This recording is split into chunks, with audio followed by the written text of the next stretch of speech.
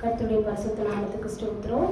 இந்த நாளையும் நம்ம யாரை குறித்து பார்க்கணும் அப்படின்னும் போது சண்டே ஆண்டவர் எனக்கு லாசருவை குறித்து பார்க்கும்படி உணர்த்தினாரு. அதுதான் நம்ம இந்த வாரம் நம்ம பார்க்க போகிறோம். நம்ம நிறைய வாட்டி நம்ம லாசருவோட இந்த சம்பவத்தை நம்ம என்ன பண்ணியிருக்கோம், படிச்சிருப்போம். அதில் என்னென்ன அவனுடைய வாழ்க்கையில் இருந்தது நமக்கு பிரயோஜனமா இருக்க போகுது அப்படிங்கிறத நம்ம இன்னைக்கு பார்க்க போகிறோம். லாசரு அப்படிங்கிற அந்த பேருக்கு என்ன அர்த்தம் அப்படின்னு பார்த்தீங்கன்னா, தேவனுடைய உதவி, இல்லைன்னா தேவன் உதவி செய்தார் அப்படிங்கிறது தான் இந்த லாசரு அப்படிங்கிற இந்த பேருக்கு அர்த்தம். நம்ம எல்லாருக்கும் தெரியும், லாசரு அப்படிங்கிறவர் மார்த்தாள் மரியாள் அவங்களுடைய சகோதரன். ஆண்டவர் மரிச்சு 4 நாள் கழிச்சு உயிரோட எழுப்பின அந்த ஒரு மனுஷன் தான் இந்த லாசரு. நமக்கு இப்போ ஈஸ்டர் நெருங்கி நமக்கு இந்த உயிர்த்தெழுத ஆராதனை நெருங்கி வர்றதுனால இதை குறித்து நம்ம இன்னைக்கு தியானிக்கும்படி நம்ம வந்திருக்கோம். இந்த லாசருடைய வாழ்க்கையில நீங்க பாத்தீங்கன்னா என்னென்ன காரியங்கள் இருந்தது அப்படிங்கறத நம்ம பார்க்க போறோம். முதலாவது பாத்தீங்கன்னா, எங்கேயுமே லாசரு பேசின மாதிரி எதுவுமே நம்மளுக்கு ரெக்கார்ட் பண்ணப்படல. எல்லாமே லாசருவை குறிச்சுதான் நம்ம பார்க்க போறோம். முதல்ல பாத்தீங்கன்னா யோவான் 11 அதிகாரத்துல 3ஆம் வசனம். யோவான் 11:3. அப்பொழுது அவனுடைய சகோதரிகள், ஆண்டவரே, நீ சிநேகிக்கிறவன் வியாதியா இருக்கிறான் என்று சொல்ல அவரிடத்திற்கு ஆள் அனுப்பினார்கள். ஸோ முதல் குணாதிசயம் நம்ம பார்க்கறது என்ன அப்படின்னா, அந்த லாசருவை ஆண்டவர் என்ன பண்ணாராம், ரொம்ப சிநேகிச்சார் அப்படின்னு போட்டிருக்குல்ல. அதே மாதிரி பாத்தீங்கன்னா 5ஆம் வசனத்துல கூட பாத்தீங்கன்னா, இயேசு மார்த்தாள் இடத்திலும் அவனுடைய சகோதரின் இடத்திலும் லாசருவின் இடத்திலும் அன்பா இருந்தார் அப்படின்னு போட்டிருக்கு. அப்ப ஆண்டவர் ரொம்ப அன்பா இருந்த ஒரு மனுஷன் தான் யாரு, லாசரு. இல்ல, ஆண்டவர் அன்பா இருக்காருனால எவ்வளவு ஸ்பெஷல் அது. நம்ம எல்லாரும் ஆண்டவர் மேல அன்பா இருப்போம். ஆனா ஆண்டவர் நம்ம மேல அன்பா இருக்காரு அப்படின்னு சொல்லி மென்ஷன் பண்ணிருக்கு அப்படின்னா, கண்டிப்பா அவர் ஒரு சாட்சியுள்ள ஒரு வாழ்க்கையை என்ன பண்ணிருக்கணும், வாழ்ந்திருக்கணும்ல. ஆண்டவருக்கு பிரியமான காரியங்களை செஞ்சு அப்படி ஒரு சாட்சியுள்ள ஒரு ஜீவியத்தை அவர் இருந்ததுனாலதான் ஆண்டவர் அவங்க மேல எப்படி இருந்தாராம், அன்பா இருந்தார் அப்படின்னு போட்டிருக்குல்ல.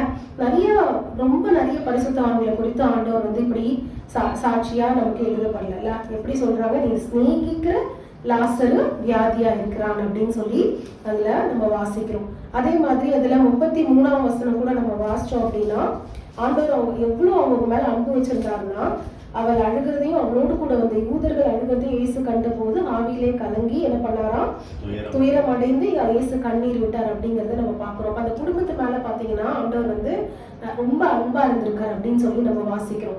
இதே மாதிரி நம்ம பாத்தீங்கன்னா நம்ம ஆபிரகாமை குறிச்சு நம்ம வாசிக்க முடியும். ஆபிரகாம் பாத்தீங்கன்னா தேவனுடைய சிநேகிதன் எனப்பட்டான் அப்படின்னு சொல்லிட்டு நம்ம யாக்கோபுல 2ஆம் அதிகாரம் 23ஆம் வசனத்துல நம்ம வாசிக்கலாம். வாசிங்க, யாக்கோபு 2:23.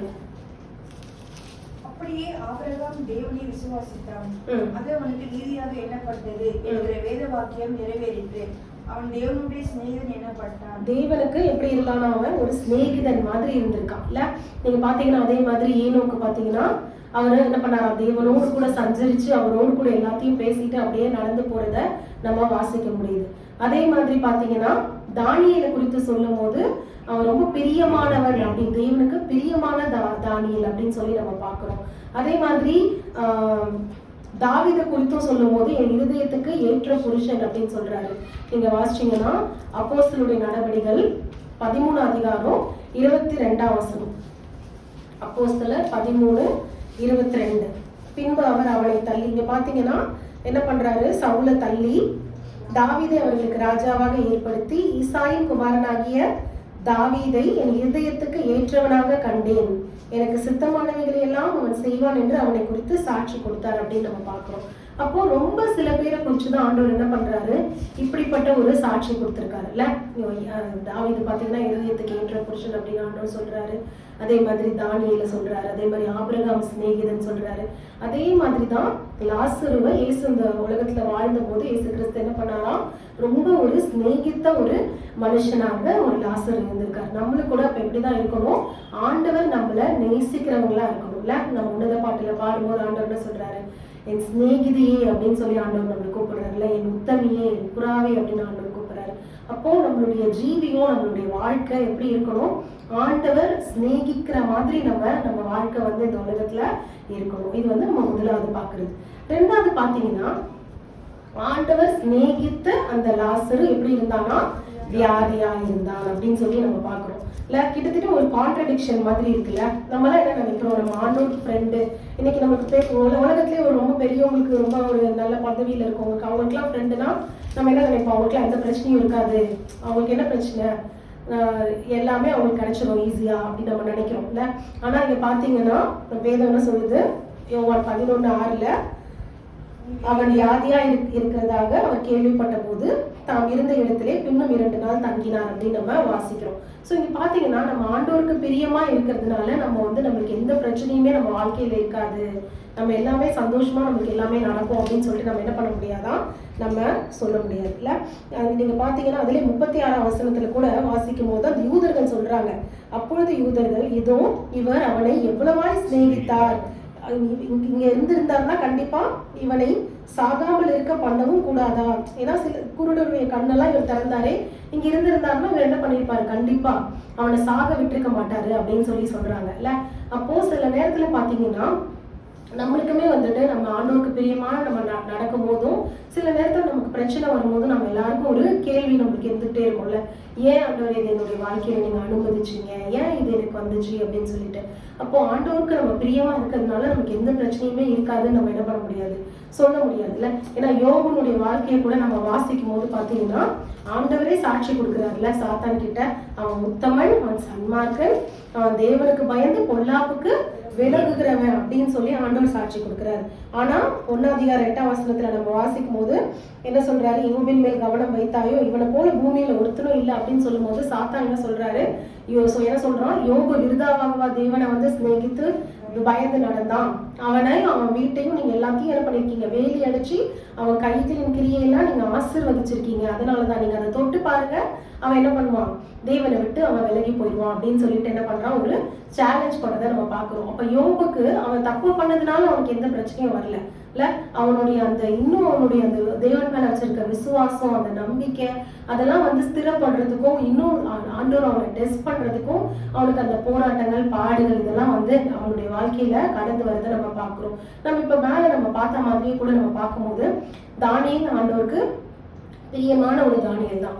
ஆனா தானியேல் யாரு, அவனுக்கு எந்த பிரச்சனையுமே இல்லாம இருந்ததா, தானியேல் யாரு, ஒரு கைதியா என்ன பண்றாங்க, கொண்டு போகப்பட்ட ஒரு மனுஷன் இல்ல.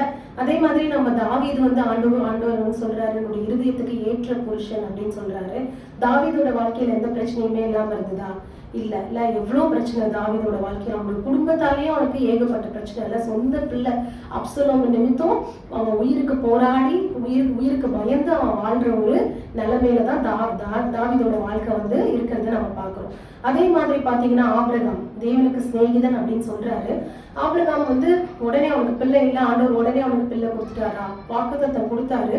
ஆனாலும் அதை சுதந்திரிக்கிறதுக்கு அவன் எத்தனை வருஷம் காத்திருந்தான், 25 வருஷம் அவன் அந்த வாக்குத்தத்தத்தை சுதந்திரிக்கிறதுக்கு காத்திருந்து அதை பெற்றுக்கொண்டதை நம்ம பாக்குறோம். நிறைய பேர் ஜோம் பண்ண உடனே நிறைய பேருக்கு நம்ம அண்ணாலாம் பார்க்கும்போது அவங்க போய் தேவாலயத்துல ஜோம் பண்ணாங்க, ஜோம் பண்ண உடனே அவங்க கன்சீவ் ஆயிட்டாங்க, அவங்களுக்கு குழந்தை பிறந்துச்சு. ஆனா ஆபிரகாம் பாத்தீங்கன்னா எத்தனை வருஷம் காத்திருந்தாரு அதை சுதந்திரிக்கிறதுக்கு, 25 வருஷம் என்ன பண்ணிருக்காரு, காத்திருந்திருக்காரு. அப்ப நம்ம எதுவுமே என்ன பண்ண முடியாது, ஆண்டவர்கிட்ட நம்ம கேள்வி கேட்க முடியாது. நம்ம ஆண்டவருக்கு பிரியமா இருக்கிறதுனாலயும் ஆண்டவர் கூட இருக்கிறதுனாலயும் கண்டிப்பா நமக்கு எல்லாமே சுமூகமா நமக்கு இருக்கும் நம்ம யோசிக்க முடியாது. ஆனா எந்த பிரச்சனை வந்தாலும் அதன் மத்தியில நம்ம கூட யார் இருப்பா, ஆண்டவர் நம்ம கூட என்ன பண்ணுவாரு, அதன் மத்தியில இருந்து அவர் நம்மள விடுவிக்கிற தேவனா இருக்கிறார் அப்படின்னு நம்ம பாக்குறோம். ஒரு வசனம் நீங்க வாசிங்க, எபிரேயர்ல 12ஆம் அதிகாரம். தேவன் யார் மேல அன்பா இருக்காராம், அன்பா இருக்கிறவங்கள தான் தேவன் என்ன பண்ணுவாரு, சிட்சிப்பார் அப்படின்னு நம்ம வாசிக்கிறோம். எபிரேயர் 12ஆம் அதிகாரம் 6ஆம் வசனம். கர்த்தர் எவரிடத்தில் அன்பு கூறுகிறாரோ அவனை அவர் சிட்சித்து நாம் சேர்த்துக் கொள்கிற எந்த மகனையும் தண்டிக்கிறார் என்று பிள்ளைகளுக்கு சொல்லுகிறது போல உங்களுக்கு சொல்லுகிறேன். ஏன்னா சிட்சையை சகிக்கிறதுனால் தேவன் உங்களை புத்திரராக எண்ணி நடத்துகிறார், தகப்பன் சிட்சையாத புத்திரன் உண்டோ அப்படின்னு சொல்றாங்க. பின்னாடி பாத்தீங்கன்னா எல்லாருக்கும் கிடைக்கும் சிட்சை, உங்களுக்கு கிடையாது இருந்தால் நீங்கள் புத்திரராயிராமல் எப்படி இருப்போமா, வேசி பிள்ளைகளா இருப்பீர்களே. அப்போ நமக்கு எந்த பிரச்சனையுமே இல்லை, எல்லாமே நமக்கு சுமூகமா நடக்குதுன்னா ஆண்டவர் நம்மள உண்மையாவே நம்ம மேல அன்பா இல்லைன்னு அர்த்தம்ல. ஏன்னா ஒரு தகப்பன் யாருதான் கரெக்ட் பண்ணுவாங்க, நேசிக்கிற அந்த பிள்ளையும் என்ன பண்ணுவாங்க, தப்பு செய்யும் போது கரெக்ட் பண்ணிக்கிட்டே இருப்பாங்கல்ல. அப்போ நமக்கும் சிக்ஷை பாடு இதெல்லாம் வருது அப்படின்னா ஆண்டவர் நம்ம மேல அன்பா இருக்காரு அப்படின்னு அதுக்கு அர்த்தம் இல்ல. அதே மாதிரி ஒரு வசனம் கூட வாசிங்க, ரோமர் 5ஆம் அதிகாரம் 3ஆம் வசனம். அது மாத்திரமல்ல, உபத்திரவம் பொறுமையையும், பொறுமை பரீட்சையையும், பரீட்சை நம்பிக்கையையும் உண்டாக்குகிறது என்று நாங்கள் அறிந்து உபத்திரவங்களிலேயும் நாங்கள் என்ன பண்றோமா, மேன்மை பாராட்டுறோம். ஏன்னா நம்ம இந்த உபத்திரவம் படும்போது தான் நமக்கு என்ன வருது, அதை தாங்கிறதுக்கான ஒரு பொறுமை வருது. அந்த பொறுமை நிமித்தம் நமக்கு என்ன வருது, பரீட்சை வருது. பரீட்சை நிமித்தம் நம்பிக்கை வருது. இல்ல, எனக்கு ஒரு எக்ஸாமே இல்லை அப்படின்னா நம்மளால என்ன பண்ண முடியாது, அடுத்த கிளாஸ்க்கு போக முடியுமா, முடியாதுல்ல. ஒரு எக்ஸாம் வச்சு நம்மளை டெஸ்ட் பண்ணாதான் நம்ம அடுத்த கிளாஸ்க்கு போறதுக்கு தகுதியானவங்களா தகுதி இல்லாதவங்களாங்கிறத டிசைட் பண்ண முடியும்ல. அப்ப அது மாதிரி நம்மளுடைய விசுவாசத்தையும் நம்மளுடைய ஆவிக்குரிய ஜீவியத்தையும் எல்லாத்தையும் இந்த தகுதிப்படுத்துறதுக்கு தான் நமக்கு இந்த உபத்திரவங்களை ஆண்டவர் என்ன பண்ணியிருக்காரு, அனுமதிச்சிருக்காரு. இல்ல, அது இருந்தாதான் நம்மளால என்ன பண்ண முடியும், இன்னும் ஆண்டவரோடு கூட நெருங்கி நம்மளால ஜீவிக்க முடியும். அப்ப நம்ம ஆண்டவரோடு நெருங்கி ஜீவிக்கும் போது நமக்கு பிரச்சனை வருது, போராட்டம் வருது அப்படின்னா நம்ம ஆண்டவரை விட்டு போயிட்டோம்னு அர்த்தம் கிடையாது. ஆண்டவர்கிட்ட இன்னும் நம்ம அதிகமாய் நெருங்கி ஜீவிக்கிறதுக்காக, இல்ல தேவனுடைய நாமம் இன்னும் மகிமைப்படுறதுக்காக வேண்டி அது நம்முடைய வாழ்க்கையில சில நேரத்துல தேவன் வந்து அனுமதிச்சுட்டதை நம்ம பாக்குறோம். ஏன்னா இங்க பாத்தீங்கன்னா லாசருடைய காரியத்துல ஆண்டவர் அதுதான் சொல்றாரு, இது வந்து இந்த வியாதி எதனால வந்திருக்கு, இது தேவ நாமம் வந்து மகிமைப்படும்படி இது வந்திருக்கு அப்படின்னு சொல்லி சொல்றதை நம்ம பாக்குறோம். அதே மாதிரி நீங்க பாத்தீங்கன்னா 3வது நம்ம வாசிக்கும் போது அதே யோவான் 11ஆம் அதிகாரத்துல நம்ம லாசருவை குறித்து பார்த்துட்டு இருக்கோம். யோவான் 11ஆம் அதிகாரம் 6ஆம் வசனம். அவன் வியாதியா இருக்கிறதாக அவர் கேள்விப்பட்ட பொழுது தாம் இருந்த இடத்திலே பின்னும் 2 நாள் தங்கினார். அப்ப அவர் கேள்விப்பட்ட உடனே அவர் என்ன பண்ணிடல, கிளம்பி வந்துடல. நம்மளாம் யோசிப்போம்ல, ஆண்டவர் வந்து சிநேகிச்சார் அப்படின்னு போட்டிருக்கு. ஆனா ஆண்டவர் உடனே என்ன பண்ணிடல, கேட்ட உடனே கிளம்பி போகல.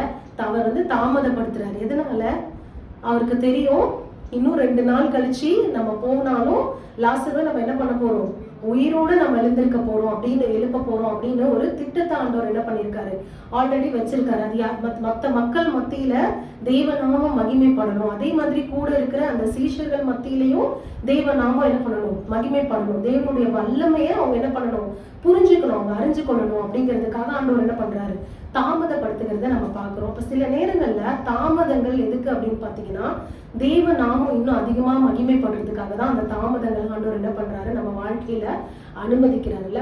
அப்போ நமக்கு இந்த தாமதங்கள் வந்து நமக்கு வந்து அது வந்து என்ன சொல்றது, அது ஒரு டிலே தான். அது வந்து நம்மளுக்கு வந்து ஆண்டவர் சொல்ற நோ கிடையாது இல்ல, ரெண்டுத்துக்கும் டிஃபரன்ஸ் இருக்கு. ஆண்டவர் போகாம இருக்குல்ல, ஆண்டவர் என்ன பண்றாரு, தாமதமா இருந்து ஆண்டவர் என்ன பண்றாரு, அதுக்கப்புறம் அந்த இடத்துக்கு போறாரு. ஆனா சில நேரங்கள்ல நம்மளுடைய மனநிலைமை அந்த நேரத்துல எப்படி இருக்கும்ல, லாசரு மேபி அவன் மரண தருவாயில இருந்திருக்கலாம்.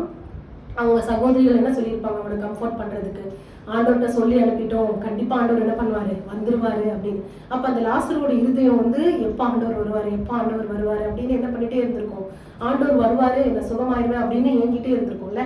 அதே மாதிரி அந்த சகோதரிகளுக்கும் ஆண்டவர் சிநேகிக்கிற ஒரு குடும்பம், ஆண்டவர் நேசிக்கிற ஒரு குடும்பம், எல்லாருக்கும் புறஜாதியா மத்த எல்லாருக்கும் ஆண்டவர் நிறைய அற்புதங்களை செய்யறத நம்ம பாக்குறோம். ஏன்னா ஒவ்வொரு வாட்டி ஆண்டவர் அந்த பக்கம் போகும்போதும் என்ன பண்ணுவாரு, அந்த பெத்தானியா ஊருக்கு போற வழியில ஆண்டவர் கண்டிப்பா அவங்களுடைய வீட்டுக்கு போய் தங்கி என்ன பண்றாரு, தங்கி இருக்கிறத நம்ம நிறைய இதுல சமயங்கள்ல நம்ம வாசிக்கிறோம்.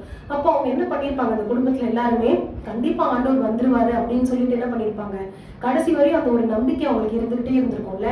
ஆனா ஆண்டவர் வரலன்னும் போது அவங்களுக்கு அது என்ன ஏமாற்றத்தையும் அந்த ஒரு துயரத்தையும் அவங்களுக்கு கண்டிப்பா அது கொடுத்துருக்கோம்ல. ஏன்னா அதனாலதான் ஆண்டவர் வரும்போது என்ன பண்றாங்க, உடனே போய் மாத்தாள் என்ன சொல்றாங்க, ஆண்டவரே நீங்க இருந்தீங்கன்னா கண்டிப்பா என்னுடைய சகோதரன் மறிச்சிருக்க மாட்டான், நீங்க ஏன் நீங்க இல்ல அப்படின்னு கேட்கிறாங்க. அதே மாதிரிதான் மரியாளும் கேட்கிறாங்க. அப்போ அவங்களுக்குள்ள வந்து ஒரு எதிர்பார்ப்பு, ஒரு காத்திருப்பு, இது எல்லாமே இருந்திருக்கும். ஆனா நம்மளுக்கு நிறைய நேரங்கள்ல ஆண்டவருடைய பிளான் நமக்கு தெரியாதுல்ல.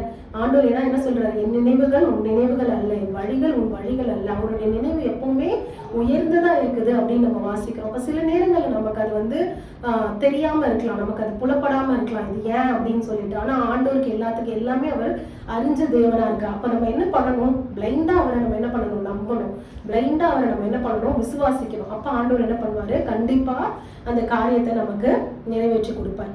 நம்ம ஏன்னா வேதம் என்ன சொல்லுது, பிரசங்கி 3:11 நீங்க பாத்தீங்கன்னா எல்லாமே வந்து அதினதின் காலத்துல அவர் என்ன பண்றாரா, எல்லாத்தையும் நேர்த்தியாய் செய்கிற தேவன் அப்படின்னு நம்ம வாசிக்கிறோம். நம்மளுடைய டைமிங்கும் ஆண்டவருடைய டைமிங்கும் ஒண்ணு கிடையாதுல்ல. ஏன்னா நம்ம வந்து எல்லாமே வந்து நமக்கு இன்ஸ்டன்டா உடனே வேணும். ஆனா ஆண்டவருக்கு தெரியும் இது எப்ப கொடுத்தா அது இன்னும் ஆசீர்வாதமா இருக்கும், இப்ப கொடுக்கறத விட அது பின்னாடி எப்ப கொடுத்தா இன்னும் பிரயோஜனமா இருக்கும், இன்னும் ஆசீர்வாதமா இருக்கும் அப்படிங்கறத ஆண்டவர் எல்லாத்தையும் அறிஞ்சிருக்காரு. அதனால அவர் என்ன பண்றாரு, எல்லாத்தையும் குறித்த காலத்துல ஆண்டவர் என்ன பண்றாராம், எல்லாவற்றையும் செய்கிற தேவனா இருக்கிறார் அப்படின்னு நம்ம வாசிக்கிறோம். நம்ம மார்க் 5 அதிகாரத்துல கூட நம்ம வாசிக்கும் போது பாத்தீங்கன்னா 22ஆம் வசனத்துல இருந்து நம்ம வாசிக்கும் போது அந்த யவீருடைய குமாரத்தி என்ன பண்றாங்க, உடம்பு சரியில்லாம இருக்காங்க.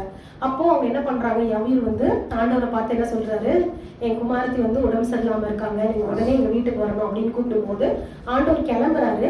ஆனாலுமே நிறைய ஜன கூட்டம் என்ன பண்ணிடுது, ஆண்டவரை சூழ்ந்து கொள்றாங்க. அதே மாதிரி அந்த சிச்சுவேஷன்ல தான் என்ன நடக்குது, அந்த 12 வருஷ பெரும்பாடுள்ள ஸ்திரீ ஆண்டவரை தொட்டு அவங்க சுகம் பெற்றிருக்காங்க.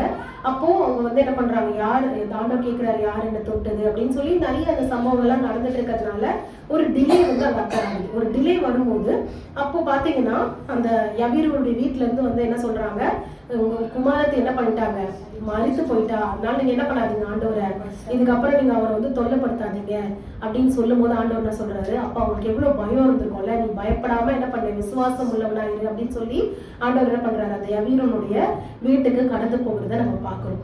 அப்போ ஒரு உடம்பு சரியில்லாம இருக்கும் போது ஆண்டவர் சுகப்படுத்துறதை விட ஒரு மறித்து போனதுக்கு அப்புறம் ஆண்டவர் என்ன பண்றாரு, அந்த சிறு பெண்ணை கையை தூக்கி தலை தகவமே எழுந்துரு அப்படின்னு சொல்லி சிறு பெண்ணே எழுந்துருன்னு சொல்லி கூப்பிடும் போது அப்ப அந்த குடும்பத்துக்கும் சரி அந்த பெண்ணுக்கும் சரி எவ்வளவு ஒரு ஆசீர்வாதமா இருக்கும், ஆண்டவர் மேல எவ்வளவு அவங்க நம்பிக்கை அதிகமா இருக்கும்ல. ஒரு மரித்த ஒரு சரீரத்தை ஆண்டவரால் என்ன பண்ண முடியும், உயிரோடு எழுப்ப முடியும்னு சொல்லி ஆண்டவர் மேல இன்னும் உங்களுக்கு என்ன இருக்கும், அந்த விசுவாசம் அதிகமா இருக்கும். ஸோ இதெல்லாம் ஆண்டவர் தேவ நாமத்தின் மகிமைக்காக தான் சில நேரங்கள்ல இந்த தாமதங்கள்லாம் இருக்குது அப்படின்னு நம்ம பார்க்கிறோம். ஒரு வசனத்தை கூட நீங்க வாசிங்க, ஆபகூக் 2 அதிகாரம் 3 வசனம். குறித்த காலத்திற்காக தரிசனம் இன்னும் வைக்கப்பட்டிருக்கிறது, முடிவிலே அது விளங்கும், அது பொய் சொல்லாது, அது தாமதித்தாலும் அதற்கு காத்திரு, அது நிச்சயமாய் வரும், அது தாமதிப்பதில்லை. தரிசனம் குறித்த காலத்துக்காக வைக்கப்பட்டிருக்கு, அது தாமதிச்சாலும் அது என்ன ஆகுமா, கண்டிப்பா அது நிறைவேறும், நிச்சயமா அது நடக்கும், அது நடக்காம போக போறது கிடையாது இல்ல. அப்போ அதுக்காக நம்ம என்ன பண்ணணும், காத்திருக்கணும். அப்போ இந்த மாதிரி நமக்கு அந்த டிலே இருக்கும்போது நம்ம என்ன பண்ணணும், ஆண்டவருக்காக நம்ம என்ன பண்ணணும், காத்திருக்கணும். நம்ம காத்திருக்கும் போது ஆண்டவர் என்ன பண்ணுவாரு, நமக்கு அந்த காரியத்தை நமக்கு செய்வார். ஏன்னா கர்த்தர் எனக்காக யாவையும் செய்து முடிப்பார் அப்படின்னு வேதம் சொல்லுது இல்ல. அவர் நமக்காக எல்லாவற்றையும் செய்கிற தேவன். அப்போ அவர் என்ன பண்ண மாட்டாரு, நம்மளுக்கு செய்யாம ஒரு நாளும் இருக்க போறது இல்லை. இப்போ இது நம்ம 3வது பாக்குறது. 4வது பாத்தீங்கன்னா நான் ஆல்ரெடி நம்ம பார்த்தோம், இந்த யோவான்ல அதே 11 அதிகாரத்துல 4வது வசனத்தை நம்ம வாசிச்சோம்னா, இயேசு அதை கேட்டபோது இந்த வியாதி மரணத்துக்கு ஏதுவாயிராமல் தேவனுடைய மகிமை விளங்குகிறதற்கு ஏதுவாயிருக்கிறது. இந்த வியாதி எதுக்கு ஏதுவா இல்ல, மரணத்துக்கு ஏதுவா இல்ல, எதுக்கு ஏதுவா இருக்குன்னு சொல்லி சொல்றாரு, தேவனுடைய மகிமை இதன் மூலமா வெளிப்படுறதுக்கு இது ஏதுவா இருக்கு அப்படின்னு சொல்லிட்டு தான் அவர் என்ன பண்றாரு, அந்த தாமதிக்கிற காரியத்தை நம்ம பார்க்கிறோம். அப்போ சில நேரங்கள்ல நம்ம வாழ்க்கையில நடக்கிற சில காரியங்கள் நமக்கு அது புரியாட்டாலும் அது பிற்பாடு தேவனுடைய நாம மகிமைப்படுவதற்காக ஆண்டவர் என்ன பண்றாரு, சில காரியங்களை நம்ம வாழ்க்கையில அனுமதிக்கிறார். அதான் நம்ம இப்ப பார்த்தோம், இந்த டிலேவா இருக்கலாம். இப்போ நம்ம ஏன் இது தாமதமாகுது அப்படின்னு சொல்லி நம்ம யோசிக்கலாம். ஆனா அதெல்லாம் எதற்காக, தேவனுடைய நாமம் மகிமைப்படுவதற்காக இல்ல. நீங்க பாத்தீங்கன்னா 11:45 வசனத்தை நம்ம வாசிக்கும் போது, அப்பொழுது மரியாளிடத்தில் வந்திருந்து இயேசு செய்தவர்களை கண்டவர்களாகிய யூதர்களில் அநேகர் அவரிடத்தில் விசுவாசம் உள்ளவர்கள் ஆனார்கள். அப்போ அந்த 4 நாள் கழிச்சு உயிரோடு எழுப்பினதுக்கு அப்புறம் பாத்தீங்கன்னா அநேகருக்கு என்ன வருது, ஆண்டவர் மேல விசுவாசம் வரும்ல. ஆண்டவர் எப்பேற்பட்ட வியாதியா இருந்தாலும் அவரால் என்ன பண்ண முடியும், சுகமாக்க அவரால் முடியும். ஏன்னா ஒரு மரிச்சு அந்த சரீரத்தை சுத்தி என்ன பண்ணிட்டாங்க, எடுத்துட்டு போய் கல்லறையில வச்சு கல்லை வச்சு அடைச்சாச்சு. அதுக்கப்புறம் எந்த ஒரு பாசிபிலிட்டியுமே கிடையாதுல்ல குணமாகறதுக்கு. இன்னைக்கு வந்து ஒரு வியாதி சீரியஸா இருக்கும் போது கூட குணமாகறதுக்கு சான்ஸ் இருக்கு அப்படின்னு நம்புவோம். ஆனா மறிச்சு 4 நாள் கழிச்சு யாராவது நம்புவாங்களா குணமாகும் அப்படின்னு சொல்லி? நம்ப மாட்டாங்க. ஆனா அப்பேற்பட்ட ஒரு பெரிய அற்புதத்தை செய்யும் போது அங்க சுத்தி இருக்க அநேகர் என்ன பண்றாங்க, ஆண்டவர் மேல விசுவாசம் வைக்கிறாங்க. அதே மாதிரி அநேகர் என்ன பண்றாங்க, தேவனை மகிமைப்படுத்துகிறத நம்ம பாக்குறோம். நம்ம இது குறித்து இன்னும் வாசிக்கும் போது 12ஆம் அதிகாரத்துல பாத்தீங்கன்னா 10ஆம் வசனம், லாசரு நிமித்தமாக யூதர்களில் அநேகர் போய் இயேசுவினிடத்தில் விசுவாசம் வைத்தார்கள். சோ அவங்க பாத்தீங்கன்னா திரும்பவுமாக அவங்க அந்த ஊருக்கு வரும்போது ஒரு விருந்து ஒண்ணு அங்க ரெடி பண்றாங்க. அப்ப பாத்தீங்கன்னா அநேகர் வந்திருக்காங்க. அவங்க எல்லாரும் பாத்தீங்கன்னா லாசருவின் நிமித்தமாக என்ன பண்றாங்க, ஆண்டவரிடத்தில் விசுவாசம் வச்சாங்க. ஏன்னா இப்பேற்பட்ட ஒரு அற்புதத்தை இது வரைக்கும் நாங்க எந்த தீர்க்கதரிசியுமே பண்ணதில்லை. அவ்வளோ பெரிய அற்புதத்தை இந்த லாசருடைய குடும்பத்துக்கு ஆண்டவர் செஞ்சிருக்காரு. ஏன்னா கண்ணார எல்லாரும் பார்த்திருப்பாங்கல்ல, 4 நாள் கூட இருந்திருப்பாங்க. கொண்டு போய் கல்லறையில அடக்கம் பண்ணப்பட்ட ஒரு மனுஷன் ஆண்டவருடைய அந்த லாசருவே வெளியே எழுந்துவான அந்த ஒரு வல்லமையினால அவருடைய வார்த்தை நிமித்தமாக அவன் எழுந்து வெளியே வரும்போது அப்பேற்பட்ட ஒரு பிரமிப்பா அவங்களுக்கு இருந்திருக்கும்ல. அது நிமித்தம் அநேகர் என்ன பண்ணாங்களாம், ஆண்டவர் மேல விசுவாசம் வைக்கிறாங்க. அப்ப தேவனுடைய நாமம் மகிமைப்பட்டிருக்கோம்ல. நீங்க அதே மாதிரி சங்கீதத்துல ஒரு வாசனம் நம்ம வாசிக்கும் போது 118 சங்கீதம் 17 வசனம் 18 வசனம் 118 17 18 நான் சாவாமல் பிழைத்திருந்து கர்த்தருடைய செய்கைகளை விவரிப்பேன். கர்த்தர் என்னை வெகுவாய் தண்டித்து என்னை என்ன பண்ணலையா, சாவுக்கு ஒப்பு கொடுக்கல அப்படின்னு நம்ம வாசிக்கிறோம்ல. அப்போ ஆண்டவர் நம்மள என்ன பண்றாராம், நம்மள உயிரோடு வச்சிருக்கிறது எதுக்காக, கர்த்தருடைய மகிமையை நம்ம வெளிப்படுத்துறதுக்காக இல்ல, அவருடைய மகிமை பிரஸ்தாபத்துக்காக தான் ஆண்டவர் என்ன பண்ணாரு, நம்மள ஒரு பிள்ளையாய் நம்மள தெரிந்து கொள்றாரு. அப்போ இப்படியாக அந்த லாசருடைய வாழ்க்கையில பாத்தீங்கன்னா தெய்வ நாமம் மகிமைப்பட்டது இல்ல. அதே மாதிரி நம்மளுடைய வாழ்க்கையும் தேவனுடைய நாமம் மகிமைப்படணும்னா நம்மளும் என்ன பண்ணணும், லாசருவை போல நம்ம என்ன பண்ணணும், ஆண்டவர் மேல அன்பா இருக்கணும். அதே மாதிரி நம்மளோட வாழ்க்கையை என்ன பண்ணணும், முழுசா நம்ம ஆண்டவருக்கு நம்ம ஒப்பு கொடுக்கும் போது ஆண்டவர் என்ன பண்ணுவாரு, நம்ம மூலமாவும் ஆண்டவர் என்ன பண்ணுவாரு, மகிமைப்படுவார். அதே மாதிரி அடுத்து நம்ம வாசிச்சோம் அப்படின்னா அதே யோவான்ல 12 அதிகாரம் 10 வசனம்.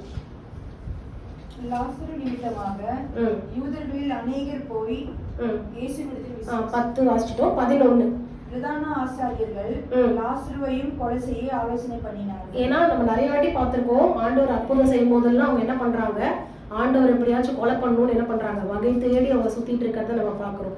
இங்க என்ன பண்ணாங்கன்னா லாசருக்கு அற்புதம் செஞ்சதுக்கு அப்புறம் இது அப்படியே எல்லாருக்கும் பரவுன உடனே அந்த பிரதான ஆசிரியர்கள் என்ன பண்றாங்க, லாசருவையும் என்ன பண்ணிடணும், எப்படியாவது கொலை பண்ணிடணும் அப்படின்னு சொல்லி என்ன பண்றாங்க, அதுக்கு சான்ஸ் பார்த்துட்டு இருக்காங்கல்ல, ஆலோசனை பண்றாங்க அப்படின்னு சொல்லி நம்ம வாசிக்கிறோம். அப்ப சில நேரத்துல நமக்கு இந்த மாதிரியான அற்புதங்கள் நமக்கு எதையும் நம்மளுக்கு கொண்டு வருது, நிறைய பகை இல்ல உலக பகையும் நமக்கு என்ன பண்ணுது, கொண்டு வருது. அவங்க எதனால யோசிச்சிருப்பாங்க லாசருவை கொண்டுடணும் அப்படின்னு சொல்லிட்டு, ஏன்னா இவ்வளவு பெரிய அற்புதத்தை வந்து என்ன பண்ணிருக்காங்க அங்க ஆண்டவர் வந்து செஞ்சிருக்காரு. இப்ப லாசருவை மறுபடியும் கொண்டுட்டாங்கன்னா இவங்க வந்து இல்ல ஆண்டவர் அப்படிலாம் எழுப்பல, லாசர் என்ன பண்ணிட்டான், செத்து போயிட்டான், இதெல்லாம் வந்துட்டு சும்மா மாய்மாலும் அப்படின்னு சொல்லி அவங்க என்ன பண்ணிருப்பாங்க, ஜனங்களை என்ன பண்ணிருப்பாங்க, ஏதாவது பொய் சொல்லி நம்ப பண்ணிருப்பாங்கல்ல. அதுக்காக அவங்க என்ன பண்றாங்க, மறுபடியும் எப்படியாவது அந்த லாசருவை என்ன பண்ணிடணும், நம்ம கொண்டுடணும் அப்படின்னு சொல்லி என்ன பண்றாங்க, லாசருவை விரோதிக்கிறத நம்ம பார்க்கணும். அப்ப நம்ம சில நேரம் தெய்வனுக்கு பிரியமா இருக்கும் போது நமக்கு அநேக இந்த மாதிரியான காரியங்கள் பகை நமக்கு வர்றதுக்கு சான்ஸ் இருக்குல்ல. அப்போ நீங்க பாத்தீங்கன்னா அப்பயும் நமக்கு ஆண்டவர் தான் என்ன பண்ணணும், உதவி செய்யணும். இது குறித்து நம்ம ஒரு சம்பவத்தை வாசிக்கும் போது, நம்ம பவுலுடைய வாழ்க்கையை நம்ம வாசிக்கும் போது அப்போஸ்தலருடைய நடபடிகள் 9 அதிகாரம்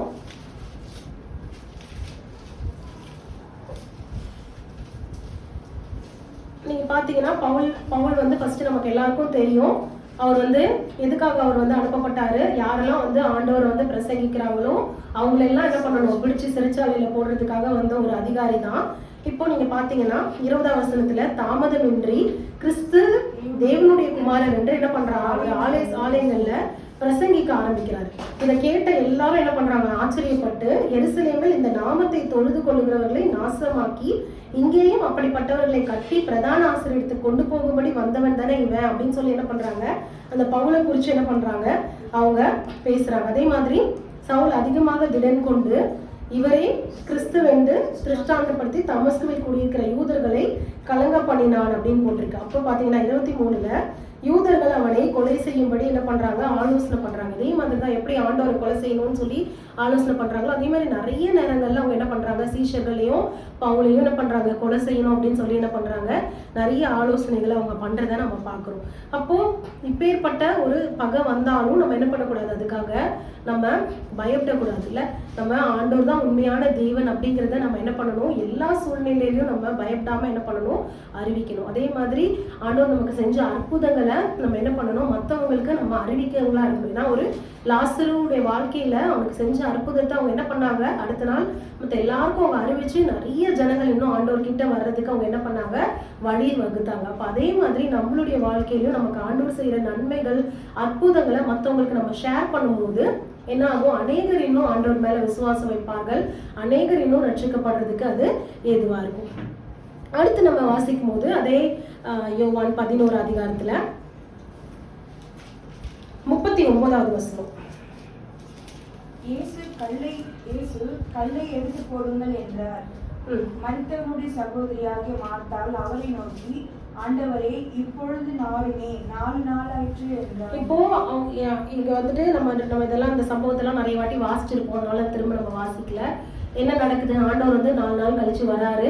அந்த ஊருக்குள்ள வரும்போதே மார்த்தாள் என்ன பண்றாங்க, போயிட்டு ஆண்டவர்கிட்ட நீங்க இங்க இருந்தீங்கன்னா மரிச்சிருக்க மாட்டாங்க அப்படின்னு சொல்லி, ஆனாலும் நீங்க தேவனிடத்தில் கேட்டுக்கொள்வது என்னவோ அது தேவன் என்ன பண்ணுவார், உங்களுக்கு செய்வார் அப்படின்னு சொல்றாங்க. அதே மாதிரிதான் மரியாளும் செய்யறாங்க. அப்போ அங்க இருக்கவங்க எல்லாரும் அதை கலங்குறத பார்த்து ஆண்டவர் என்ன பண்றாரு, கண்ணீர் விட்டார் அப்படின்னு நம்ம வாசிச்சோம்.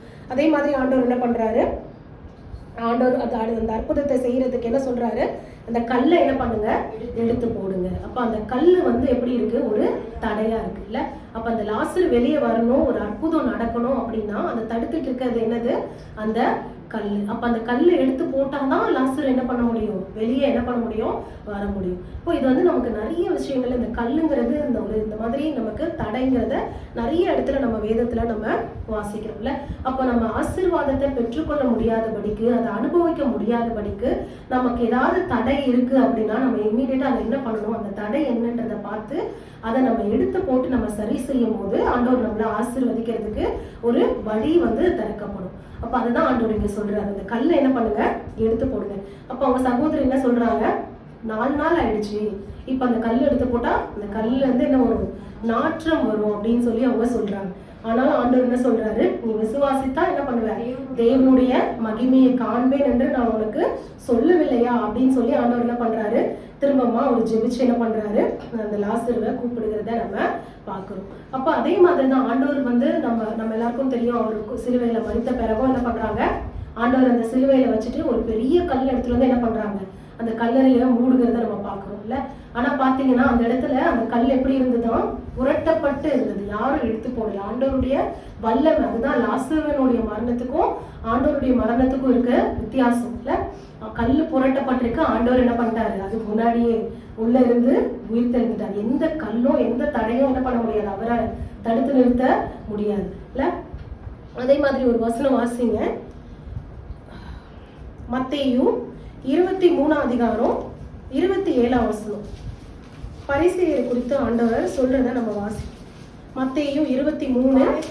வேதபாரகரே, பரிசேயரே, உங்களுக்கு ஐயோ, வெள்ளையடிக்கப்பட்ட கல்லறைகளுக்கு ஒப்பாய் இருக்கிறீர்கள். வெள்ளையடிக்கப்பட்ட கல்லறைக்கு ஒப்பாய் இருக்கிறீர்கள். அவைகள் புறம்பே அலங்காரமாய் காணப்படும், உள்ளேயோ மரித்தவர்களின் எலும்புகளினாலும் சகல அசுத்தத்தினாலும் நிறைந்திருக்கும். அப்போ ஒரு கல்லறை என்னதான் நம்ம வெளியே அதை டெக்கரேட் பண்ணாலும் அது உள்ள என்னதான் இருக்கு, அந்த ஒரு அசுத்தம் தான் என்ன இருக்குல்ல. அப்போ அந்த கல்லறை வந்து என்ன சொல்றாரு, நீங்களும் உங்க வாழ்க்கையும் இப்படிதான் இருக்கு, வெள்ளை அடிக்கப்பட்ட ஒரு கல்லறைக்கு ஒப்பா இருக்கு அப்படின்னு சொல்லி ஆண்டவர் சொல்றாரு. அப்போ அந்த கல்லை நம்ம எடுத்து போடும் போதுதான் உள்ளுக்குள்ள இருந்து ஆண்டவர் என்ன பண்ண முடியும், நம்ம வாழ்க்கைய சுத்திகரிக்க முடியும். நம்ம இருதயமும் சில நேரங்கள் அப்படிதான் இருக்குல்ல, எல்லா விதமான பாவங்களினாலும் அசுத்தங்களினாலும் நிறைந்து இருக்கு நம்ம இருதயம். அப்ப அந்த கல்லு வந்து ஆண்டவர் நம்மள சுத்திகரிக்க முடியாதபடிக்கு அந்த பாவங்கிறது தடையா இருக்கு. அப்ப அந்த பாவங்கிற அந்த கல்லை நம்ம என்ன பண்ணணும், எடுத்து போகணும்னா நம்ம ஆண்டவர்கிட்ட வரணும். ஆண்டவர்கிட்ட நம்ம வந்தாதான் ஆண்டவர் என்ன பண்ண முடியும், நம்மளை சுத்திகரிச்சு நம்மளை என்ன பண்ண முடியும், அவர் குணப்படுத்த முடியும், நம்ம பாவங்களை மன்னிக்க முடியும், நமக்கு அந்த ஆசீர்வாதங்களை தர முடியும். அதுக்கு தடையா இருக்கிற அந்த கல்லை நம்ம என்ன பண்ணணும், எடுத்து போடணும். நம்ம இந்த வாரம் கூட நம்ம சர்ச்ல பார்த்தோம்ல, ஆண்டவர் வலுக்கட்டாயமா உள்ள வரவர் கிடையாதுல்ல. நம்மளுடைய அந்த கன்சென்ட், அதாவது நம்மளுடைய அந்த இஷ்டம், நம்ம இஷ்டமா நம்ம கூப்பிட்டா மட்டும்தான் ஆண்டவர் என்ன பண்ணுவாராம், உள்ள பிரவேசிப்பார் அப்படிங்கறத நம்ம வாசிச்சோம். ஏன்னா பிசாசு தான் எப்படி வருவானா, பலவந்தமா அவன் வந்து உள்ள வந்து என்ன பண்றான், வேறு வழியாய் ஏறி வருகிறவன் அப்படின்னு நம்ம பார்த்தோம். ஆனா ஆண்டவர் எப்படி வாசல் வழியாய் பிரவேசிக்கிறவர். அவர் என்ன பண்றாரு, வெளியே இருந்து கதவை தட்டுவாரு, கதவை திறந்து நம்ம தான் என்ன பண்ணணும், திறந்து என்ன பண்ணணும், அவரை உள்ள அழைக்கணும். அவரை உள்ள நம்ம அழைச்சாதான் ஆண்டவர் என்ன பண்ண முடியும், நம்ம கிட்ட வர முடியும். அதுதான் நம்ம அந்த சூலமித்தியை குறித்து நம்ம உன்னத பாட்டுல கூட வாசிச்சோம்ல. ஆண்டவர் வெளியே நின்று நேசர் என்ன பண்றாரு, கதவை தட்டுறாரு. ஆனா சூலமித்தி என்ன சொல்றாங்க, இப்பதான் என்னுடைய வஸ்திரங்களை கழட்டி போட்டேன், இப்பதான் நான் வந்து படுத்தேன் அப்படின்னு சொல்லி நிறைய காரணங்கள் அவங்க சொல்றதை நம்ம பாக்குறோம். அதுக்கப்புறம் அந்த கதவு துவாரத்தின் வழி அவர் கையை காமிக்கும் போதுதான் அவங்க என்ன பண்றாங்க, அந்த நேசம் அவங்களுக்குள்ள பொங்கி அவங்க எழுந்து வந்து என்ன பண்றாங்க, அந்த கதவை திறக்கிறாங்க. ஆனா நேசர் அங்க இல்ல, அவர் போய்விட்டார். அப்ப அந்த மாதிரி இல்லாதபடிக்கு நம்ம என்ன பண்ணணும், அந்த கல்லை எடுத்து போட்டு நம்ம என்ன பண்ணணும், ஆண்டவருக்கு நம்ம கொடுக்கிறவர்களாய் நம்ம இருக்கணும். இருதயத்தை ஆண்டவர்கிட்ட நம்ம கொடுத்தாதான் அதுல இருக்க அசுத்தங்கள் மற்ற காரியங்களை ஆண்டவர் என்ன பண்ண முடியும், நீக்கி நம்மளை சுத்திகரிக்க முடியும். நம்மளுடைய வாழ்க்கையில நம்ம ஆசீர்வாதங்களை என்ன பண்ண முடியும், பெற்றுக்கொள்ள முடியும். அப்ப அதுக்கு தடையா இருக்கிற அந்த கல்லை நம்ம என்ன பண்ணணும், எது கல் என்னவா வேணா இருக்கலாம், நம்ம ஒவ்வொருத்தவங்களோட லைஃப்ல ஒண்ணு இருக்கும் இல்ல, அது நமக்கும் ஆண்டவருக்கும் நடுவுல மட்டும் தான் இருக்கும். அப்ப அது என்னங்கிறத நம்ம ஆராய்ஞ்சு அறிஞ்சு நம்ம என்ன பண்ணணும், அதை எடுத்து போடுறவங்களா நம்ம இருக்கணும். அதே மாதிரி அடுத்தது நம்ம பார்த்தோம்னா யோவான் 11 அதிகாரத்திலே 44வது வசனம். அப்பொழுது மரித்தவன் வெளியே வந்தான். அவன் கால்களும் கைகளும் பிரேத சீலைகளினால் கட்டப்பட்டு இருந்தது, அவன் முகமும் சீலையால் சுற்றப்பட்டு இருந்தது. இயேசு அவர்களை நோக்கி, இவனை கட்டவிழ்த்து விடுங்கள் என்றார். ஆண்டவர் என்ன சொல்றாரு, இவனை கட்டவிழ்த்து விடுங்கள். அதுதான் நம்ம இங்க அடுத்ததா பார்க்க போறோம். அப்போ நம்ம அந்த கட்டப்பட்ட நிலைமையில இருக்கும்போது ஆண்டவர் நம்மளை என்ன பண்றாரா, கட்ட அவிழ்க்கிறவராய் ஆண்டவர் நம்மளுக்கு இருக்காரு. அப்ப அந்த கட்ட அவிழ்க்கும் போதுதான் நம்ம எல்லாத்துல இருந்து ஒரு பூரண விடுதலையை நம்ம என்ன பண்ண முடியும், பெற்றுக்கொள்ள முடியும். அது வரைக்கும் லாசருக்கு உயிர் வந்துருச்சு, அவன் ஆனா எப்படிதான் இருக்கான், அவன் கட்டப்பட்டுதான் இருக்கான். அவனால எதுவுமே பண்ண முடியாதுல்ல, கட்டப்பட்டு இருந்தா அவனுக்குள்ள உயிர் இருக்கும், ஆனா அவனால எதுவுமே என்ன பண்ண முடியாது, நடக்க முடியாது. அவனால எந்த ஒரு வேலையும் அவனுடைய வேலையும் அவனால என்ன பண்ண முடியாது, செய்ய முடியும். அப்ப அவனுடைய வேலைகளை திரும்பவும் செஞ்சு அவன் நார்மலா இருக்கணும்னா அதுக்கு அவன் என்ன பண்ணணும், கட்ட அவிழ்க்கப்படணும். அப்ப உயிர் வந்தா மட்டும் போதாது, அந்த கட்டுகள்ல இருந்து அவனுக்கு ஒரு விடுதலை வேணும். அந்த விடுபடுறதுக்கு ஆண்டவர் என்ன சொல்றாரு, அவனை கட்டவிழ்த்து விடுங்க அப்படின்னு சொல்றாரு. ஸோ இதை குறித்து நம்ம நிறைய காரியங்களை நம்ம வாசிக்க முடியும். நம்ம கட்டவிழ்க்கிறத குறித்து நம்ம வாசிச்சோம் அப்படின்னா, அதே மாதிரி நம்ம குருத்தோலை ஞாயிறுல கூட நம்ம பார்த்தோம்ல, அவர் 2 கழுதை வந்து எப்படி இருந்தது, கட்டப்பட்டிருந்தது. ஆண்டவர் என்ன சொல்றாரு, கட்டவிழ்த்து என்ன பண்ணு, எனக்குன்னு நீ அதை எடுத்துட்டு வா. யாராவது கேட்டா நீ என்ன சொல்லு, இவைகள் ஆண்டவருக்கு வேணும்னு நீ சொல்லு அப்படின்னு சொல்றாரு. அப்ப ஆண்டவருக்கு வேணும் அப்படின்றது கட்டப்பட்டுதான் எனக்கு இருக்குல்ல. பிசாசானவன் எனக்கு என்ன பண்ணியிருக்கான், ஜனங்களை கட்டி வச்சிருக்காங்க. எல்லா பாரம்பரியத்திலையும் பாவ பழக்கங்கள்லையும் விக்கிரக ஆராதனையிலையும் இன்னும் நிறைய உலகத்தின் காரியங்கள்லயும் என்ன பண்ணியிருக்கான், பிசாசு எல்லாரையும் கட்டி வச்சிருக்கான். அப்ப அதை நாம என்ன பண்ணணும், கட்ட அவிழ்க்கணும்ல. கட்ட அவிழ்த்தாதான் அவங்க என்ன பண்ண முடியும், ஆண்டவருக்கு சொந்தமாக முடியும். ஏன்னா மத்தேயு 18:18 என்ன சொல்லுது, நீங்கள் இந்த உலகத்துல எவைகளை கட்ட அவிழ்ப்பீர்களோ அவைகள் பரலோகத்திலும் கட்ட அவிழ்க்கப்பட்டிருக்கும் அப்படின்னு வேதம் சொல்லுது. அப்ப நம்ம என்ன பண்ணணும், அவைகளை கட்ட அவிழ்க்கணும். நம்ம கட்ட அவிழ்த்தாதான் நம்மளால என்ன பண்ண முடியும், அதை ஆண்டவருக்கு என்று நம்மளால யூஸ் பண்ண முடியும். சங்கீதத்துல ஒரு வசனம் வாசிங்க. சங்கீதம் 30 அதிகாரம் 11வது வசனம். என் புலம்பலை ஆனந்த கழிப்பாக மாற பண்ணினேன், என் மகிமை அமர்ந்திராமல் உம்மை கீர்த்தனம் பண்ணும்படியாக நீர் என் ரெட்டை கலைந்து போட்டு மகிழ்ச்சி என்னும் கட்டினால் என்னை இதை கட்டி. இங்க எந்த கட்டை அவர் எடுத்து கலைஞ்சு போடுறாராம், ரெட்டு. ஸோ இங்க ரெட்டுங்கிறது எதை வந்து குறிக்குது, ஒரு துக்கத்தை, ஒரு துயரத்தை. அதுதான் வந்து நம்ம ரெட்டு வஸ்திரம் அவங்க போட்டு என்ன பண்ணுவாங்க, ஒரு ஒரு ஒரு துக்கம், ஒரு துயரமான சூழ்நிலையில தான் என்ன பண்ணுவாங்க, அந்த ரெட்டு வஸ்திரத்தை அவங்க உடுத்தி இருக்கிறத நம்ம வேதத்துல வாசிக்க முடியும். அப்ப அப்பேற்பட்ட துக்கத்துல இருந்து அவர் என்ன பண்றாரு, துயரங்கள்ல இருந்து நம்மளை கட்ட அவிழ்க்கிற தேவனா இருக்கிறார் அப்படின்னு நம்ம பார்க்கணும். அதே மாதிரி சங்கீதத்துல இன்னொரு வசனம் வாசிங்க. சங்கீதம் 105 சங்கீதம் 17 வசனம். அவர்களுக்கு முன்னாலே ஒரு புருஷனை அனுப்பினார். இங்க யோசேப்பை குறித்து சொல்லப்பட்டிருக்கு. 18 பாத்தீங்கன்னா, அவன் கால்களை விலங்கு போட்டு ஒடுக்கினார்கள், அவன் பிராணன் இரும்பில் எப்படி இருந்ததா, அடைப்பட்டிருந்தது. கர்த்தர் சொன்ன வார்த்தை நிறைவேறும் அளவும் அவருடைய வசனம் அவனை புடமிட்டது. அதுக்கப்புறம் பாத்தீங்கன்னா 20ஆம் வசனத்துல ராஜா ஆள் அனுப்பி அவனை கட்டவிழ்க்க சொன்னான், ஜனங்களின் அதிபதி அவனை விடுதலை பண்ணினான். அப்போ யோசேப்பு ஒரு கட்டப்பட்ட ஒரு நிலைமையில இருக்கும்போது, அந்த குறித்த காலம் வரும்போது ஆண்டவர் என்ன பண்றாரு, ஆள் அனுப்பி அவனை கட்டவிழ்த்து என்ன பண்றாரு, அந்த தேசத்துக்கே அவன் வந்து அதிபதியா ராஜாவுக்கு அடுத்த ஸ்தானத்துல என்ன பண்றாரு, அவரை உயர்த்தி வைக்கிறத நம்ம வாசிக்க முடியுது. அதே மாதிரி சங்கீதத்துல இன்னொரு வசனம் கூட வாசிப்போம். சங்கீதம் 116:16. கர்த்தாவே, நான் உமது அடியேன், நான் உமது அடியாளின் புத்திரனும் உமது ஊழியக்காரனுமா இருக்கிறேன், என் கட்டுகளை அவிழ்த்து விட்டீர். அப்ப ஆண்டவர் நம்மளுடைய கட்டுகளை என்ன பண்றாரு? அவிழ்த்து விட்டார். இதை குறித்து நம்ம டீட்டெயிலா பார்க்கணும்னா நிறைய நம்ம பார்க்கலாம்ல. ஆண்டவர் வந்து நம்மளுடைய மரண கட்டுகளை அவிழ்க்கிறாரு, பாவ கட்டுகளை நம்மளுக்கு அவிழ்த்து அதுல இருந்து விடுதலையை கொடுக்குறாரு. அதே மாதிரி வியாதியின் கட்டுகளை ஆண்டவர் என்ன பண்றாரு? அவிழ்க்கிறத நம்ம பார்க்கிறோம். அதே மாதிரி நிறைய இடங்கள்ல அவர் என்ன பண்ணாரு? அந்த பிசாசினால கட்டப்பட்டிருக்கவங்களை ஆண்டவர் என்ன பண்றாரு? விடுதலையாக்கி அவங்க என்ன பண்றாரு? அந்த கட்டை அவிழ்க்கிறத நம்ம பார்க்க முடியுது. அப்ப இப்படியாக நம்ம அதை குறித்த நிறைய காரியங்களை நம்ம பார்க்க முடியும். அதே மாதிரி நம்ம 7 காரியங்களை நம்ம பார்த்திருக்கோம்ல. இங்க பாத்தீங்கன்னா லாசரு வந்து ஆண்டவரால சிநேகிக்கப்பட்ட ஒரு மனுஷரா இருந்தார் அப்படின்னு பார்த்தோம். அதே மாதிரி ஆண்டவர் சிநேகிச்ச மனுஷன் எந்த பிரச்சனையும் வராதுன்னு நம்ம சொல்ல முடியாது. நம்ம வாழ்க்கையில பிரச்சனை வந்தாலும் அதிலிருந்து ஆண்டவர் என்ன பண்றாரு? நமக்கு நம்ம விடுவிக்கிற தேவனா இருக்கிறார். அதே மாதிரி அவர் என்ன பண்றாரு? அந்த சோதனைகள் நம்ம எதுக்காக வருது? இன்னும் ஆண்டவர் மேல நம்ம நம்பிக்கை வைக்கிறதுக்காக தான் அந்த சோதனைகள் வருது அப்படின்னு பார்த்தோம். அதே மாதிரி இந்த தாமதங்கள் எல்லாம் நமக்கு இன்னும் தேவனுடைய நாமத்தை மகிமைப்படுத்துறதுக்காக நம்மளுக்கு நடக்குது அப்படின்னு பார்த்தோம். அடுத்து பாத்தீங்கன்னா நம்மளுடைய வாழ்க்கையில ஆண்டவருடைய நாமம் என்ன பண்ணணும்? மகிமைப்படணும் அப்படின்னு பார்த்தோம். நெக்ஸ்ட், இந்த மாதிரி ஆண்டவர் நமக்கு அற்புதங்கள் செய்யும் போது ஆண்டவர் நம்மளுக்கு நிறைய அற்புதங்களை செய்யும் போது நமக்கு நிறைய அப்போசிஷன் நமக்கு இருக்கும். ஆனாலும் நம்ம என்ன பண்ணக்கூடாது? அதுக்கு பயப்படக்கூடாது. ஆண்டவருடைய நமக்கு செஞ்ச அந்த நன்மைகளையும் அற்புதங்களையும் நம்ம என்ன பண்ணணும்? எல்லாருக்கும் நம்ம பகிர்ந்து கொள்கிறவர்களாய் நம்ம இருக்கணும். அதன் மூலமா பாத்தீங்கன்னா அநேகர் என்ன பண்ணுவாங்க? ஆண்டவர் மேல விசுவாசம் வச்சு நம்பிக்கை வைப்பாங்க. அதே மாதிரி நம்ம ஆராதனை பார்த்தோம், அந்த கல்லை எடுத்து போடணும் அப்படின்னு பார்த்தோம். அந்த கல்லை எடுத்து போட்டாதான் நம்மளால என்ன பண்ண முடியும்? அந்த ஆசீர்வாதங்களை நம்மளால என்ன பண்ண முடியும்? முழுசா பெற்றுக்கொள்ள முடியும். ஆண்டவருக்கு பிடிக்காத என்ன கல் இருந்தாலும் அதை நம்ம என்ன பண்ணணும்? பாவமா இருக்கலாம், அது ஆண்டவருக்கு பிடிக்காத காரியங்களா இருக்கலாம், அது எல்லாத்தையும் நம்ம என்ன பண்ணணும்? எடுத்து போட்டு நம்ம ஆண்டவருக்கு என்ன பண்ணணும்? நம்ம முழுசா நம்மளை ஒப்பு கொடுக்கும் போது, நம்ம இருதயத்தை கொடுக்கும் போது ஆண்டவர் என்ன பண்ணுவாரு? நம்மளை ஆசீர்வதிச்சு நம்மளை என்ன பண்ணுவாரு? அவர் அந்த அற்புதங்களை நம்ம வாழ்க்கையில செய்வார் அப்படின்னு பார்த்தோம். அடுத்து கடைசியா நம்ம என்ன பார்த்தோம்? அவனை கட்ட அவிழுங்க அப்படின்னு சொல்லி ஆண்டவர் சொல்றாரு. அப்ப அந்த கட்ட அவிழ்க்கப்பட்டாதான் அவனால அந்த நன்மையை ஆசீர்வாதத்தை என்ன பண்ண முடியும்? முழுசா சுதந்திரத்து கொள்ள முடியும். அப்போ அதே மாதிரி நம்மளும் எந்த கட்டுகள்ல இருந்தாலும், பாவ கட்டுகள்ல இருந்தாலும், இல்ல பிசாசின் கட்டுகள்ல இருந்தாலும், நம்மள ஆண்டவர் என்ன பண்றாரா? கட்ட அவிழ்க்கிறவரா இருக்கிறார் அப்படிங்கிறத நம்ம பார்த்தோம். ஸோ இப்படியாக 7 காரியங்களை நம்மளோட லாசருடைய வாழ்க்கையில நம்ம பார்த்தோம். அதே மாதிரி நம்மளும் என்ன பண்ணணும்? லாசருவை போல ஆண்டவருக்கு பிரியமாய் நம்ம வாழ்க்கை இருக்கணும். பிரியமாய் நம்ம வாழ்ந்து நம்ம என்ன பண்ணணும்?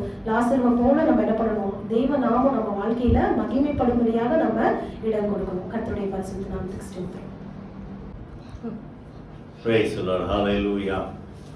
அதே போல 3 காரியங்கள் விசேஷமா இன்னைக்கு நம்ம வேத பாட கூட்டத்தில் முக்கியமா நமக்கு ஆண்டவர் உணர்த்துறார். முதல்ல எவ்வளோ ஆண்டுக்கு அன்பா இருந்தாலும் அவங்களுக்கு என்ன உண்டு? போராட்டம் உண்டு, சிக்ஷைகள் உண்டு. ஆனா அது தேவனாவும் மகிமைக்காக கர்த்தர் என்ன செய்யறாரு? அதை டிலே பண்ணி தான். இதுதான் எப்பவுமே உடனே வந்து எழுப்பியிருந்தா வியாதியிலேருந்து சுகமாக்கி இருந்தா என்ன இருக்கும்? ஒரு சாதாரண வியாதி சுகமாச்சின்னு. ஆனா மரித்து அடக்கம் பண்ணி கல்லறையில வச்சு 4 நாள் கழிச்சு எழுப்பினாருன்னா உலகத்துல எங்க நடக்காத ஒரு அதிசயம் அப்படின்ட்டு ஆண்டவர் நாமம் மகிமைப்பட்டது. அதனால உண்மையா ஆண்டவரை நேசிக்கிறவங்களுக்கும் அப்படிப்பட்ட பாடுகள் உண்டு. ஆனா அந்த பாடு நம்மளை அவமானப்படுத்தாது. தேவ நாமத்தை மகிமைப்படுத்தும்படி கர்த்தர் அதை பெரிய காரியங்களாக எடுத்து உபயோகப்படுத்துவார். 2வது பார்த்தீங்கன்னா, அந்த லாசருவுக்கு எதிர்ப்போது அவனே கொலை செய்ய பார்த்தான். ஏன்னா ஆண்டவர் சொல்றார், யோவான் 16 சொல்றார், நீங்கள் உலகத்தாராக இராதபடினாலதான் உலகம் உங்களை பகைக்கிறது. ஆனாலும் பயப்படாதீங்க, நான் உலகத்தை ஜெயிச்ச மாதிரி நீங்கள் என்ன செய்வீங்க? உலகத்தை ஜெயிப்பீங்க. ஆண்டவர் பட்சத்துல தான் நிச்சயமா உலகம் நமக்கு எதிராக தான் இருக்கும். கர்த்தர் அவர்கள் மத்தியிலும் கர்த்தர் நம்மோடு கூட நீதிமான பெரும் துன்பம் அநேகமா இருந்தாலும் கர்த்தர் அவனோடு கூட இருந்து அவனை என்ன செய்வார்? விடுதலையாக்குவார். 3வது ஆண்டவர் இன்னைக்கு உணர்த்தந்து கல்லை எடுத்து போடுங்கள். அந்த கல்லை குறித்து நிறைய விளக்கம் பார்த்தோம். நம்முடைய பாவமா இருக்கலாம், சந்தேகம், அவிசுவாசம், புரியுதா, மற்ற தேவனுக்கு பிரியமில்லாத காரியங்கள், இதெல்லாம் எடுத்து போட்டாதான் தேவனுடைய மகிமை என்ன செய்ய முடியும்? நம்ம பார்க்க முடியும். ஜெபமனமா ஆண்டவரே, இந்த லாசரு மூலமாக அநேக காரியங்களை கற்றுக்கொள்ள உதவி செய்தீர், அதற்காக நன்றி செலுத்துகிறோம்.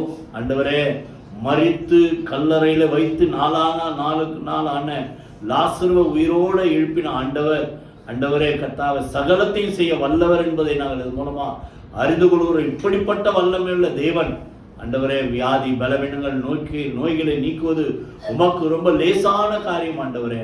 இவ்வளோ பெரிய அற்புதத்தை செஞ்ச ஆண்டவர், இதை கேட்கிற மக்களுக்கு என்ன காரியங்கள் ஆண்டவர் அவர்களுக்கு விரோதமாக இருந்தாலும் இதை கர்த்தர் செய்வார் என்ற ஒரு விசுவாசத்தை நீ சொன்ன வார்த்தை, நீ விசுவாசித்தால் தேவனுடைய மகிமை காண்பாய் சொன்ன வார்த்தைப்படி கர்த்தர் அப்படியாக அவர்களுக்கு உதவி செய்வீராக, அற்புதங்களை செய்வீராக. இயேசு கிறிஸ்துவின் ஜீவனுள்ள ஜெயமுள்ள நாமத்தில் ஜெபிக்கிறோம் நல்ல பிதாவே. ஆமென், ஆமென். நம்முடைய கர்த்தராகிய இயேசு கிறிஸ்துவின் கிருபையின் பிதாவாகிய தேவனுடைய அன்பும் பரிசுத்த ஆவியானவருடைய அந்யோன்ய ஐக்கியம் நம் அனைவரோடு சகல பரிசுத்த அனைவரோடும் ஆண்டவராகிய இயேசு கிறிஸ்து வருகமட்டு இருப்பதாக. ஆமென். ஆத்துமாவே கர்த்தரை ஸ்தோத்திரி, என் முழு மேலுடைய பரிசுத்த நாமத்தை ஸ்தோத்திரி. என் ஆத்துமாவே கர்த்தரை ஸ்தோத்திரி, அவர் செய்த சகல உபகாரங்களை மறவாதே. ஆமென், ஆமென். God bless you.